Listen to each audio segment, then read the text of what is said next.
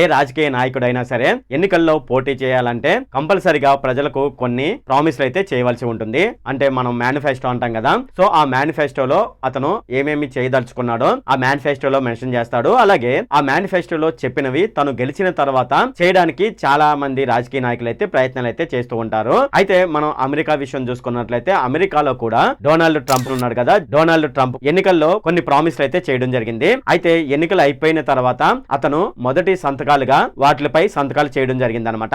అయితే దీని వల్ల చాలా దేశాలు అయితే ఎక్కువగా నష్టపోవడం జరిగింది. సో డొనాల్డ్ ట్రంప్ మొన్న ప్రమాణ స్వీకారం చేయడం జరిగింది. అయితే ప్రమాణ స్వీకారం చేసిన తర్వాత అతను ఏం చేశాడంటే తను ఎన్నికల్లో ఏవేవైతే ప్రామిస్ చేశాడో అంటే మేనిఫెస్టోలో చెప్పాడో అతను అవే నెరవేర్చుకోవడం జరిగింది.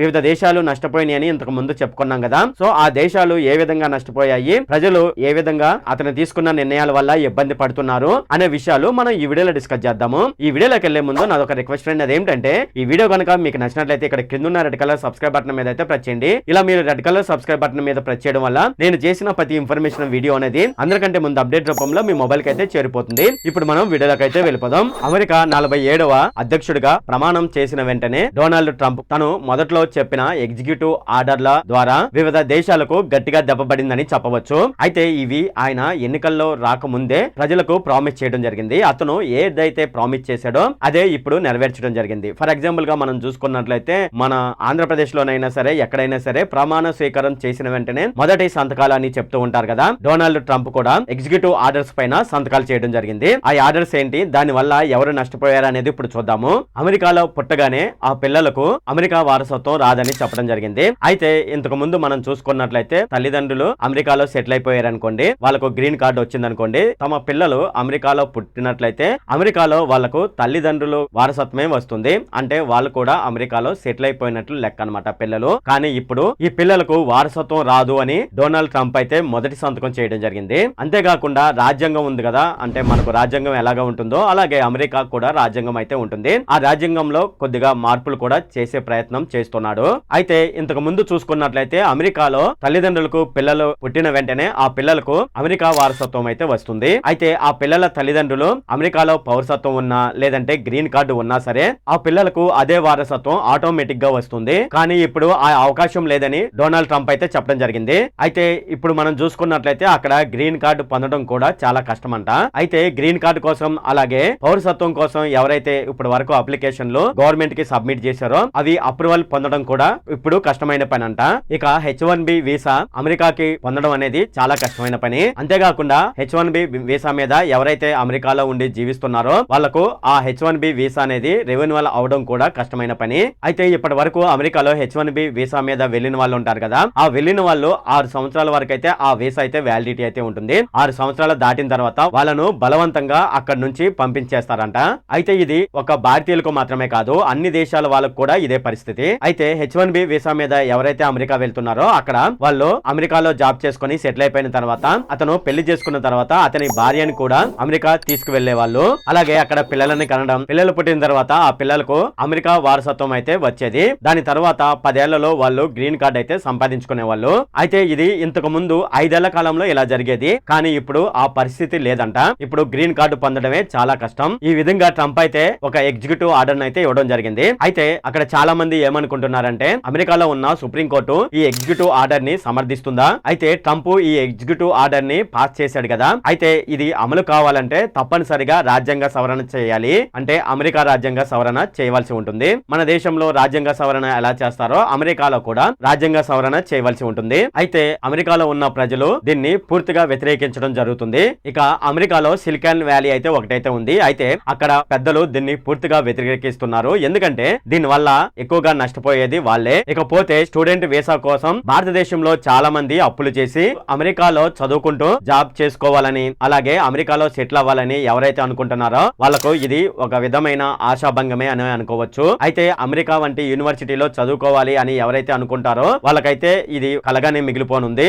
అలాగే అమెరికా అలాగే బ్రిటన్ లోని ఉండే యూనివర్సిటీలు ముస్లింల దేశాల నుంచి భారీగా విరాళాలు అయితే సేకరిస్తున్నారు. అయితే ఇటువంటి విరాళాలు తీసుకునే అవకాశం ఇకపై ఉండదని ట్రంప్ కరాఖండిగా చెప్పడం జరిగింది. అయితే గత 2 ఏళ్లుగా చూసుకున్నట్లయితే అమెరికాలోని అలాగే బ్రిటన్ యూనివర్సిటీలోని స్టూడెంట్స్ పాలస్తీనా జెండాలు పట్టుకొని రివర్ టు సీ అని ప్లకార్డులు పట్టుకొని రోడ్లపైకి వచ్చి ఆందోళన ఆందోళన చేసిన విషయం అందరికీ తెలిసిందే.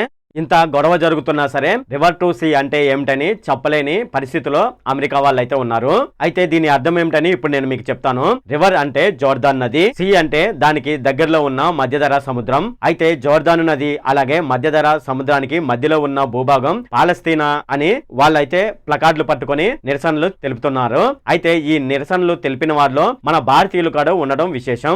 అయితే దీనికి అడ్డుకట్ట వేయాలి అంటే యూనివర్సిటీల ఫీజులు పెంచి వివిధ దేశాల నుంచి యూనివర్సిటీలకు వచ్చే విరాళాలను అడ్డుకోవాలనే ప్రతిపాదన డొనాల్డ్ ట్రంప్ చేస్తున్నాడు.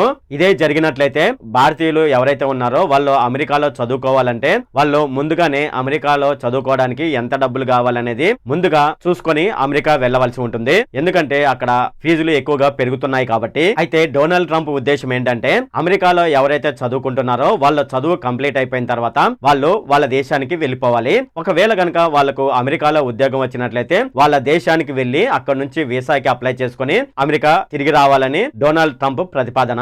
ఇక మన భారతీయుల విషయం చూసుకున్నట్లయితే అమెరికా అల్లుడని చెప్పేసి కోట్లలో కట్నాలు ఇచ్చి పిల్లలను ఎవరైతే అమెరికా పంపిస్తున్నారో వాళ్ళకు ఇది ఒక పెద్ద అడ్డుకట్ట అని చెప్పవచ్చు. అయితే అమెరికాలో ఇప్పటికే గ్రీన్ కార్డు వచ్చి ఎవరైతే ఉంటున్నారో వాళ్లకు పిల్లనిచ్చే తల్లిదండ్రులు భారీగా కట్నాలు అయితే సమర్పించుకోవాల్సి ఉంటుంది. ఆడపిల్ల తల్లిదండ్రులు H1B వీసా వాళ్లకు డిమాండ్ అయితే భారీగా పడిపోతుంది. అలాగే అమెరికాలో ఎవరైతే సెటిల్ అయిపోయి గ్రీన్ కార్డు తెచ్చుకుంటారో వాళ్ళకు డిమాండ్ అయితే బాగా పెరుగుతుంది. అయితే ఇప్పటి వరకు మనం చెప్పుకున్నది కాయిన్ కి ఒక సైడ్ మాత్రమే, అంటే డొనాల్డ్ ట్రంప్ గారి నిర్ణయాలు మాత్రమే. అయితే కాయిన్ కి రెండో వైపు ఉంటుంది కదా, అంటే ఆ నిర్ణయాలు అమలవుతాయా లేదా అనేది అది ఇప్పుడు మనం చూద్దాము. అయితే ఈ ట్రంప్ గారు తీసుకువచ్చిన ఎగ్జిక్యూటివ్ ఆర్డర్ ని టాయిలెట్ పేపర్ లాగా కొట్టిపరిస్తున్నారు అక్కడ ఉన్న నిపుణులు. అయితే ఆ ఎగ్జిక్యూటివ్ ఆర్డర్ ని అమలు చేయాలంటే ముందుగా ఫెడరల్ కోర్టు నుంచి అనుమతి తీసుకోవాలి. అయితే రాజ్యాంగ సవరణ అనేది చేయకుండా ట్రంప్ గారి ఆర్డర్ చెల్లదని అక్కడ వాళ్ళైతే చెప్తున్నారు. అంతేకాకుండా కోర్టు తీర్పును అనుసరించి రాజ్యాంగంలో సవరణ చేయడం అనేది అంత సులభమైన పని కాదు. అయితే United nations constitution 14th amendment ప్రకారం ఏమని రాసిందని మనం చూద్దాము. All persons born or naturalised in the United States and subject to the jurisdiction thereof citizen of United States and state where the reside. ఇక దీని అర్థం మనం తెలుగులో చెప్పుకోవాలంటే యునైటెడ్ స్టేట్స్ లో అంటే అమెరికాలో సహజ సిద్ధంగా జన్మించిన అమెరికా అధికార పరిధికి లోబడి ఉన్న అందరు వ్యక్తులు యునైటెడ్ స్టేట్స్ అలాగే దాని రాష్ట్రానికి సంబంధించిన పౌరులని చెప్పడం జరిగింది. ఇది యునైటెడ్ స్టేట్స్ కాన్స్టిట్యూషన్ 14వ అమెండ్మెంట్ ప్రకారం అయితే ఈ విధంగా ఉంది. ఇక ఇది గనక అమలు కావాలంటే 291 మంది కాంగ్రెస్ సభ్యులు అలాగే 67 మంది సెనేటర్ల మద్దతు కావాలి. అంటే 68 మంది డెమోక్రాట్ హౌస్ సభ్యులు మరియు 23 మంది డెమోక్రాట్ సెనేటర్ సభ్యుల మద్దతు కావాలి. ఇక 223 మంది రిపబ్లిక్ సభ్యుల హౌస్ లో 53 మంది రిపబ్లిక్ సెనేటర్ల మద్దతు కూడా కావాలి. అంతేకాకుండా వైస్ ప్రెసిడెంట్ జేడి వాన్ కూడా ఈ ఓటింగ్ లో పాల్గొనవలసి ఉంటుంది. ఇక పైన చెప్పినటువంటివి మొదటి మెట్టు. ఇక రెండో మెట్టు చూసుకున్నట్లయితే 2/3 వంతు మెజార్టీ ఉండాలి రాజ్యాంగ సవరణ చేయాలంటే. ఇక అమెరికాలోని సంయుక్త రాష్ట్రాల్లో 34 రాష్ట్రాలు అయితే ఒప్పుకోవాలి. వీటిలో 5 రాష్ట్రాలు మాత్రం డెమోక్రాట్ చేతిలో ఉన్నాయి. ఇక ఇది సాధ్యమవుతుందా లేదా అనే విషయాన్ని కింద కామెంట్ సెక్షన్ లో అయితే తెలియజేయండి. అయితే ఇక్కడ మనం చూసుకున్నట్లయితే డొనాల్డ్ ట్రంప్ తను ఎన్నికల్లో ఇచ్చిన హామీని నెరవేర్చాడు అంతే. బహుశా కేసీఆర్ గారు పూర్తి ఇచ్చి ఉంటారేమో డొనాల్డ్ ట్రంప్ గారికి. నేను ఎందుకు ఇక్కడ కేసీఆర్ గారిని తీసుకువస్తున్నానంటే కేసీఆర్ గారు తెలంగాణ రావడంతో రామోజీరావు ఫిలిం సిటీని 1,00,000 నాగాలతో దున్నివేస్తానని ప్రజలకు ఒక ప్రామిస్ చేయడం జరిగింది. అయితే అతను అధికారంలోకి వచ్చిన తర్వాత బహుశా 1,00,000 నాగాల్లో అతనికి దొరకలేదేమో, అందుకే రామోజీ ఫిలిం సిటీ అట్లాగే ఉండిపోయింది. అయితే కేసీఆర్ గారు మాట ఇచ్చారు కానీ అది నెరవేర్చలేకపోయారు. ఇక రాజకీయ నాయకుడైన డొనాల్డ్ ట్రంప్ విషయం కూడా అలాగే జరుగుతుందని నా ఉద్దేశం. ఇక మరో విధంగా చెప్పాలంటే ప్రముఖ బిజినెస్ మ్యాన్ అయిన ఎలన్ మస్క్ కూడా తన టెస్లా కార్ ని ఎటువంటి ఎగుమతి సుంకం లేకుండా భారతదేశానికి ఆ కార్లను పంపించే విధంగా డొనాల్డ్ ట్రంప్ పైన ఒత్తిడి అయితే తెస్తున్నాడు. అయితే 2 ఏళ్ల క్రితం మనం చూసుకున్నట్లయితే ఎలన్ మస్క్ మన ప్రధానమంత్రి మోడీ గారితో సమావేశమయ్యాడు. అప్పట్లో ఎలన్ మస్క్ మోడీ గారికి ఏమని చెప్పాడంటే తన టెస్లా కార్ ని భారతదేశంలోకి దిగుమతి సుంకాలనేది లేకుండా దిగుమతి చేసుకోమని మోడీ గారికి చెప్పి అనుమతి కోరడం జరిగింది. అయితే దానికి సమాధానంగా మోడీ గారు ఏమని చెప్పారంటే టెస్లా కారుని భారతదేశం భారతదేశంలోనే తయారు చేసుకొని అమ్ముకోండి, చైనా దేశం నుండి దిగుమతి చేసుకోవడానికి అనుమతి ఇచ్చే ప్రసక్తి లేదని ఎలాన్ మస్క్ తో చెప్పడం జరిగింది. ఇక వీసాల గురించి మనం చూసుకున్నట్లయితే ఇక వీసాల అనుమతి విషయంలో ఎక్కువగా నష్టపోయేది మన భారతదేశమే. ఇక భారతీయ ప్రజలు ఒక 4 సంవత్సరాలు ఇబ్బంది పడవచ్చు, ఎందుకంటే డొనాల్డ్ ట్రంప్ గారు దిగిపోయే వరకు ఇలాగే ఉంటుంది.